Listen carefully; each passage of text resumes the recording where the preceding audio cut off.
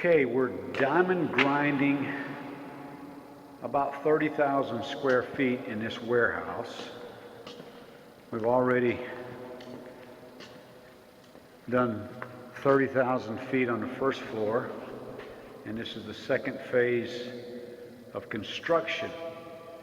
So we're using these 1,500-pound diamond grinders to prep the floor, and then and believe it or not, this area is going to be a storage facility, and they put a storage facility in here. And they were taking a picture of the entryway there, but you could see